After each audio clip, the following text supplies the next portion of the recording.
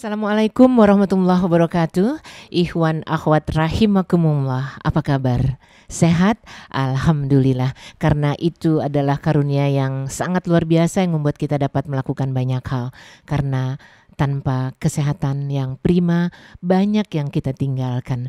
Alhamdulillah wa syukurillah atas karunia ini. Tidak lupa salam salawat kita sampaikan kepada kekasih kita, junjungan kita Muhammad Rasulullah SAW beserta dengan keluarga dan sahabat-sahabatnya.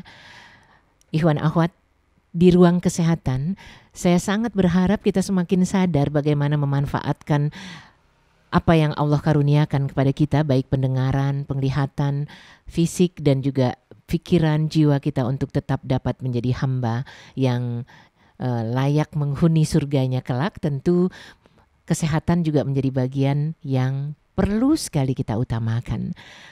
Kalau siang ini kita kembali kehadiran tamu Dr. Adi Wibowo yang sudah siap di sini, kita sapa beliau. Assalamualaikum warahmatullahi wabarakatuh. Waalaikumsalam warahmatullahi wabarakatuh. Alhamdulillah sehat pasti. Alhamdulillah. Kalau enggak sampai sini ya dok ya. Oke. Dok, sekarang ini kan Indonesia sedang dalam kondisi darurat narkoba. Kalau nggak salah dengar itu 6 juta sudah yang terpapar. Dan satu hari meninggal sekitar 20 orang. Ini adalah sesuatu yang merupakan dampak luar biasa.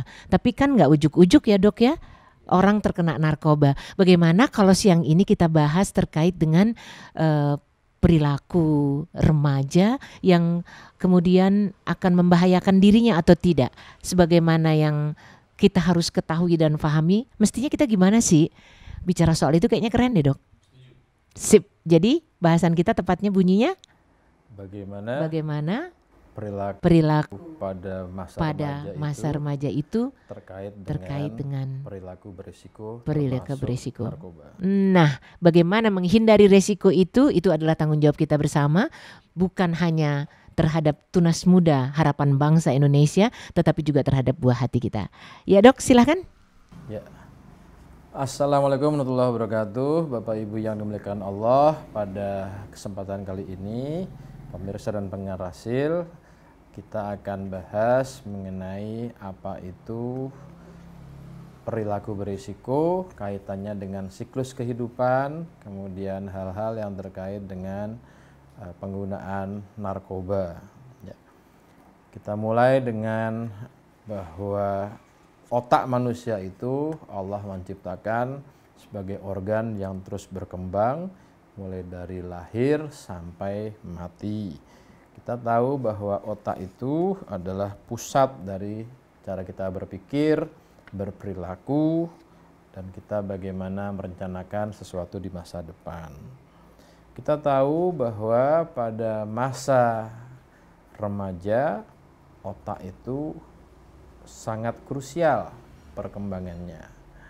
Kita tahu juga bahwa otak itu menjadi center atau pusat dari perkembangan sirkuit saraf yang mendasari seseorang berpikir, bersikap di masa depan. Saya akan mengulang sedikit mengenai apa itu adiksi atau kecanduan terhadap narkoba. Addiction is a chronic relapsing brain disease. Adiksi atau kecanduan atau ketergantungan pada narkoba dan perilaku adalah penyakit pada organ otak yang sifatnya kronis menahun dan mungkin relapsing. Jadi relapsing itu bisa berulang, bisa jatuh bangun seseorang tadinya tidak menggunakan, kemudian menggunakan narkoba, kemudian taubat, kemudian menggunakan lagi, kemudian taubat lagi, itu namanya relapsing. Jadi konsep dasar dari adiksi atau kecanduan, ketergantungan harus kita pahami betul, sehingga ketika nanti ada seseorang yang kembali menggunakan, kita tahu bahwa penyakit ini tidak mudah untuk kita tangani karena sifatnya chronic relapsing brain disease. Jadi Bapak Ibu yang dimuliakan Allah, kita tahu bahwa ketika seseorang menginjak remaja usianya, dia itu akan mencoba banyak hal dan termasuk menggunakan narkoba. Mengapa ada orang yang menggunakan narkoba, ada yang tidak, ya?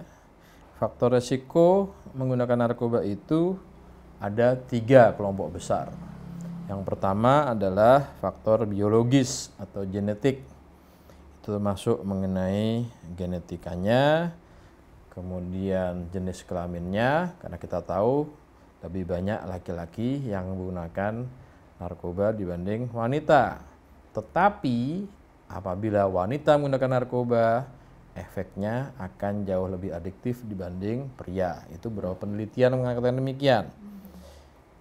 Faktor risiko yang kedua adalah tentang lingkungan. Ya, bagaimana keadaan seseorang, dia hidup di keluarganya, di rumahnya, kemudian hidup di masyarakatnya, hidup di peer groupnya, di kelompok sebayanya. Itu akan mempengaruhi seseorang resikonya terkena narkoba atau tidak. Dan yang ketiga adalah mekanisme yang ada di otak, yang nanti kita insya Allah akan bahas bagaimana otak itu berkembang, bagaimana bagian-bagian otak itu yang akan berperan di masing-masing pengambilan keputusan. Jadi Bapak Ibu yang dimuliakan Allah, kita tahu tadi bahwa ada 3 faktor risiko penggunaan narkoba. Kemudian kita masuk kepada addiction is a developmental disease. Jadi adiksi ini, ketergantungan atau kecanduan adalah penyakit yang terkait dengan perkembangan otak, perkembangan perilaku, dan biasanya dimulai pada masa anak-anak atau remaja. Kita tahu bahwa salah satu bagian otak yang tetap berkembang selama masa remaja adalah korteks prefrontalis, ada di bagian depan dari kepala kita, ya. Itu adalah bagian dari otak yang memungkinkan kita untuk menilai situasi, mengambil keputusan dengan tegas dan jelas, dan tetap mempertahankan emosi dan keinginan kita dalam kontrol orang yang akan mengambil keputusan dan emosionalnya. Jadi perkembangan korteks prefrontal itu sangat penting untuk kehidupan manusia. Faktanya bahwa otak anak-anak remaja itu sedang dalam perkembangan, meningkatkan resiko mereka untuk mengambil keputusan secara sembrono atau reckless, ya. Contohnya apa? Contohnya dia mulai mencoba menggunakan narkoba. Jadi bagaimana memperkenalkan narkoba pada anak-anak remaja pada saat otak itu masih berkembang akan menimbulkan dampak yang berdampak pada jangka menengah dan jangka panjang. Jadi Bapak Ibu yang dimuliakan Allah, kita harus tahu bahwa ketika otak berkembang dan saat itu dirasuki oleh narkoba, konsekuensinya akan sangat mengerikan. Mengapa remaja itu rentan pada narkoba? Ya. Kita tahu narkoba itu adalah penilaiannya itu dinilai dari beberapa tahap. Tahap pertama adalah dia mencoba-coba, experimental use. Dia pertama menggunakan narkoba, kemudian setelah itu dia naik ke tahap berikutnya, situational use, rasanya nyaman, enak pakai narkoba. Kalau mau ujian, ada masalah dalam keluarganya, dia mulai menggunakan narkoba. Setelah itu dia akan naik ke level berikutnya, yaitu keadaan di mana dia menjadi abuse atau pengguna. Dan level terakhir adalah dia sudah ketergantungan atau kecanduan atau addict dan dependence. Ada kriteria seseorang menjadi pecandu atau orang yang edik, ya. Seorang dikatakan kecanduan narkoba apabila dia menggunakan narkoba secara rutin 1 tahun atau lebih lamanya dengan 3 atau lebih kriteria sebagai berikut. Yang pertama, dosis narkobanya semakin meningkat. Tadinya dia hanya menggunakan syabu atau putau selama 1 tahun itu banyaknya tadinya 1/4 gram, naik menjadi setengah gram, naik menjadi 1 gram. Itu namanya toleransi dalam dunia kedokteran. Yang kedua adalah adanya putus zat atau withdrawal atau sakau istilahnya. Dalam istilah jalanan itu sakau atau wakas.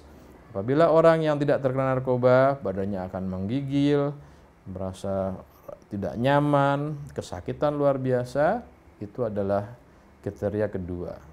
Yang ketiga, tetap menggunakan meskipun ada dampak negatifnya. Keluarganya hancur, dia dipecat dari pekerjaannya, tapi dia tetap menggunakan. Yang keempat, dia tidak peduli dengan apa-apa yang berdampak negatif. Misalnya, dia sudah terkena AIDS, tetap saja dia menyuntik narkoba ke dalam tubuhnya. Yang lain adalah dia hilang semua kenikmatan di luar dari penggunaan narkoba. Tadinya dia seorang ayah yang baik, seorang suami yang baik, bekerja keras. Begitu dia menggunakan narkoba, semuanya hilang sifat-sifat yang kebaikan pada dirinya. Itu semua Bapak Ibu yang dimuliakan Allah adalah kriteria ketergantungan atau dependensi atau kecanduan narkoba. Jadi kita akan bahas kenapa pada anak remaja itu pentingnya mencegah remaja untuk menggunakan narkoba. Kita tahu bahwa ada beberapa penelitian yang menyatakan bahwa anak-anak sudah mulai menggunakan narkoba pada usia 12 sampai 13 tahun. Nah, itu ada di Amerika. Tapi di Indonesia, negara kita tercinta, ada hal yang mengejutkan. Beberapa tahun lalu saya membaca di satu media nasional, ada anak-anak SD kelas 5 sudah mulai menyuntikkan heroin atau putau ke dalam tubuhnya. Itu adalah satu hal yang sangat mengerikan. Karena apa? Biasanya kita tahu penggunaan narkoba itu dimulai dengan rokok. Itu yang namanya jalur tradisional. Pertama, seseorang mulai merokok. Apakah rokok bagian dari narkoba? Ya, karena rokok itu adalah zat adiktif. Dia membuat kecanduan, dia tidak bisa orang berlepas daripadanya. Satu jurnal kedokteran yang terkemuka, The Lancet, itu menyatakan bahwa ketergantungan keinginan untuk menggunakan rokok, untuk merokok itu hanya level ketiga di bawah ketergantungan atau keinginan menggunakan heroin yang pertama, dan yang kedua adalah kokain. Jadi Bapak Ibu yang dimuliakan Allah, kita harus tahu bahwa jalur tradisional itu dimulai dari anak-anak dan remaja itu mulai merokok. Setelah mulai merokok, biasanya dia akan mencoba menggunakan ganja.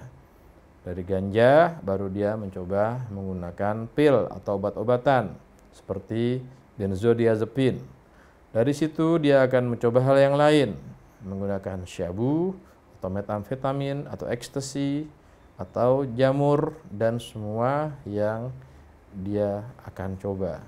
Kemudian yang terakhir biasanya adalah dia mulai menggunakan heroin atau putau.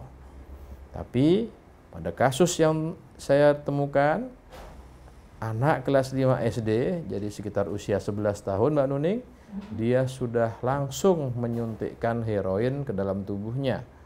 Itu adalah sangat mengerikan, karena kita tidak mengikuti pola-pola tradisional penggunaan narkoba, tapi sudah bypass langsung kepada narkoba yang sangat membuat orang menjadi kecanduan.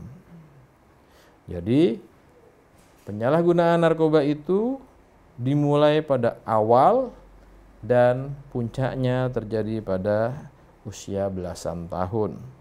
Jadi kita tahu bahwa Sekarang program-program pencegahan untuk narkoba itu ditujukan kepada anak dan remaja, supaya ketika dia otaknya yang tadi bagian dari korteks prefrontal tadi sedang berkembang, kita masukkan nilai-nilai mengenai kebaikan, kita masukkan program-program pencegahan narkoba, insya Allah dia akan ingat bahwa narkoba itu merugikan dan merusak tubuhnya.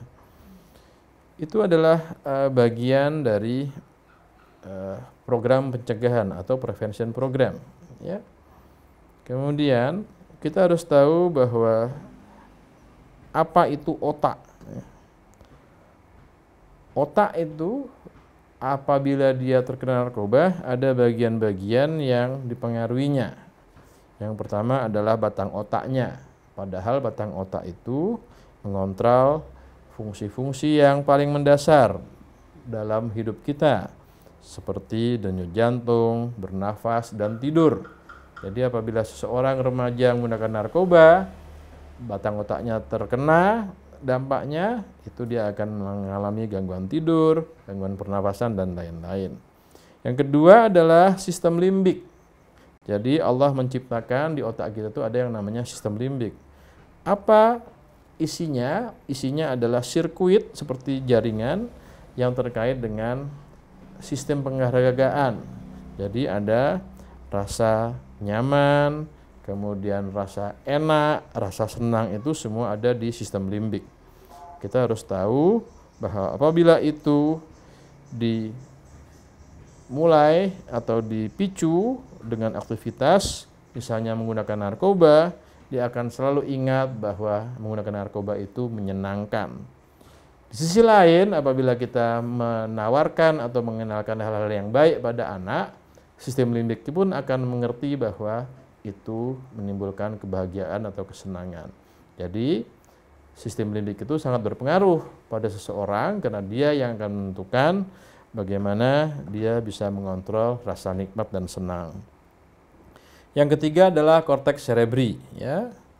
Jadi dia mengontrol fungsi-fungsi yang khusus atau spesifik. Mulai dari perasaan, kemudian kemampuan kita untuk melihat, mendengar, dan merasa. Kemudian untuk korteks frontalis tadi, kita bisa berpikir. Apabila seseorang menggunakan narkoba, terutama remaja, tentulah dia tidak akan bisa berpikir dengan jernih. Tentulah dia tidak bisa berpikir mengenai rencana di masa depan, dan tidak juga bisa dia mengambil keputusan.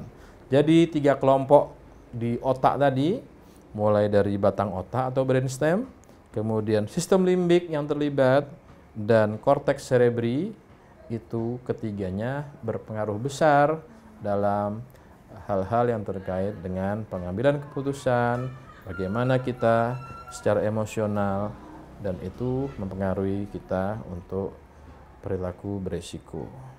Jadi Mbak Nuning, kalau kita bicara mengenai remaja, ciri-ciri remaja adalah dia biasanya risk-taking behavior, punya perilaku yang mengambil resiko. Makanya anak-anak remaja itu banyak yang kebut-kebutan, banyak juga yang suka mengambil keputusan dengan sembrono, kemudian mulai merokok, mulai pornografi, hal-hal yang terkait dengan keburukan-keburukan, perilaku-perilaku yang menyimpang. Itu semua dimulai pada saat remaja, di mana tadi secara ilmiah dikatakan bahwa otaknya belum berkembang dengan sempurna. Disitulah pentingnya pendidikan agama, disitulah pendidikan yang harus kita tularkan, kita berikan pada anak-anak kita dan remaja-remaja kita, sehingga ketika dia otaknya berkembang, yang masuk dan terekam dalam otaknya adalah hal-hal yang baik-baik saja. Tidak ada hal-hal yang terkait dengan perilaku berisiko yang tinggi. Itu mungkin demikian Mbak Nuning pengantar dari saya terkait apa itu narkoba, bagaimana kaitannya dengan perkembangan otak, dan kenapa remaja itu punya perilaku yang menyerempet bahaya. Jadi nggak heran kalau anak remaja kita perilakunya seperti itu karena built-in di usia itu seperti itu ya dok ya? Hanya kita yang perlu tahu di saat itu harus ngapain, harus diapain. Dan kalau tadi dokter bilang 11 tahun, 10 tahun anak sudah terpapar, di kita yang belakangan ini kita dengar karena bentuknya gangguan dari narkoba ini macam-macam, sampai ke permen, sampai ke makanan-makanan yang sangat tidak dibayangkan di sekolah-sekolah dasar itu, di luar sekolah tentu saja. Itu berarti yang terpapar sudah lebih muda lagi dong, Dok. Dan kalau itu yang terjadi, apakah efeknya juga lebih parah dibandingkan kalau mereka sudah lebih dari usia itu? Ya, itu pertanyaan yang sangat baik dan jawabannya jelas, Mbak Nuning, bahwa memang seseorang semakin muda terpapar dengan narkoba, semakin dia akan di masa depan derajat keparahannya itu jauh lebih besar.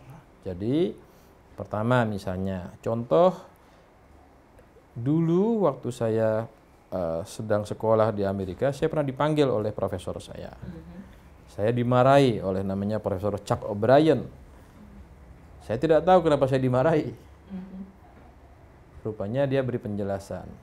Adi, coba lihat semua rekaman di YouTube tentang baby smoker, bayi-bayi yang merokok, mulai usianya 2 tahun, 2,5 tahun. Semua adalah anak-anak bayi-bayi Indonesia. Jadi bagaimana mungkin negara kamu itu tidak peduli dengan masa depan bayi-bayi itu? Saya belum pernah dimarahi oleh profesor saya. Saat itulah saya terenyuh dan merasa malu karena negara kita tidak peduli dengan perkembangan anak, sampai bayi pun mulai merokok di usia 2 tahun. Dan pertanyaan Mbak Nuning tadi, dia menggunakan permen narkoba, misalnya anak-anak SD. Kemudian tadi saya katakan, kelas 5 SD sudah mulai menyuntik putau atau heroin. Itu di negara lain tidak ada, hanya ada di Indonesia. How come? Ya. Jadi pertahanan dan peran dari orang-orang yang ingin menjaga tunas-tunas muda sangat diperlukan dalam hal ini ya? Ya, justru itu kita berpikir mengenai, karena orang sudah menggunakan narkoba itu akan sulit sekali. Bisa nggak sih dok sebetulnya sembuh buh gitu? Dalam beberapa literatur, dari 10 anak yang menggunakan narkoba atau remaja, 9 itu akan kembali menggunakan narkoba setelah 6 bulan keluar dari panti rehab atau rumah sakit. Jadi relapse lagi. Jadi dari 10 itu hanya 1 yang taubatun nasuha. Parah banget ya. Yang 9 akan kembali menggunakan dan menggunakan. Kalau seperti ini kondisinya, negara ada di mana, orang tua ada di mana? Karena berat banget deh bayanginnya. Ya, itu adalah tantangan kita semua. Bagaimana mungkin kita itu tidak peduli sama masa depan anak-anak. Jadi kalau misalnya ada ilmu yang terbaru juga, ya, yang mungkin saya perlu sampaikan di sini. Rokok adalah gateway drugs to any other drugs. Rokok adalah pintu gerbang dari satu narkoba ke narkoba yang lainnya. Rokoknya itu sendiri narkoba, dia insya Allah akan menjadi pintu masuk, menjadi orang itu rentan pada narkoba lain seperti syabu, putau, ganja, dan lain-lain. Sayangnya dok, rokok itu pintu gerbang masuknya uang. Ya. Itulah di negara kita satu-satunya negara yang tidak mau tanda tangan FCTC, konvensi bahwa rokok itu harus dilarang, diiklankan di outdoor, di luar ruang, diiklankan di televisi. Kita satu-satunya negara di Asia yang tidak mau tanda tangan. Padahal dengan mencegah rokok, insya Allah kita juga mencegah narkoba dari awal. Itu ilmiah, itu tidak ada urusannya dengan politik, tidak ada urusannya dengan kubu-kubuan, kubu sini, kubu sana karena ekonomi. Bukan. Masalahnya adalah masalah uang. Karena tadi Mbak Nuning katakan, ada cukai yang masuk, dapat uang dari pabrik rokok. Tetapi resikonya ke masa depan, anak-anak itu akan menjadi pecandu narkoba kalau rokok dibiarkan. Yang kedua, rokok itu salah satu penyedot terbesar dana BPJS. Jadi dari tahun lalu ketika defisitnya sekitar 9 triliun, 4 triliun itu adalah penyakit yang disebabkan oleh rokok. Sakit jantung, stroke, gagal ginjal. Jangan sampai persyaratan BPJS nanti bukan perokok ya, susah banget tuh. Ya justru itu, seharusnya demikian. Oh malah diharuskan, biar nyaman. Supaya tidak membebani orang yang merokok itu menjadi beban orang yang tidak merokok. Tapi bicara soal narkoba, Dok, kalau kondisinya itu memperkaya begitu banyak orang meskipun menghancurkan juga jutaan tunas-tunas muda kita, perang antara keperluan kebutuhan ini, drug demands, kemudian juga bagaimana mengatasinya kayaknya PR berat banget ya? Ya semua berat Mbak Nuning, tetapi insya Allah kita bisa bergotong royong, mulai dari yang dikatakan tadi, fokus pada prevention program-program pencegahan di masyarakat, mulai dari guru, kemudian ustadz, kemudian konselor, sampai kepada dokter, itu semua turun ke masyarakat mengatakan jangan sampai anak dan remaja kita mulai terpapar dengan alkohol, rokok, dan narkoba lainnya. Jadi guru, ustadz adalah pintu yang akan membatasi masuknya itu. Berarti kalau tadi pintu awalnya rokok, dua peran ini juga nggak boleh ngerokok dong? Nggak boleh, haram hukumnya. Masih banyak nggak? Ya itu belum banyak, masih. ya. Oke, nanti kita lanjutkan kembali Dok. Ikhwan akhwat rahimakumullah dimanapun Anda berada. Memang bicara soal rokok berat nggak berat, pasangan kita siapa tahu juga ngerokok ya. Tapi itulah fakta bahwa anak-anak kita adalah tanggung jawab kita, apalagi di masa-masa remaja yang sangat rentan tadi, golden age-nya luar biasa pengaruhnya. Kalau mereka sudah terpapar untuk bisa lepas sulitnya bukan main. Insya Allah kita lebih berani, lebih bertanggung jawab, dan lebih punya keyakinan diri bahwa kita bisa. Kami kembali sesudah jeda berikut.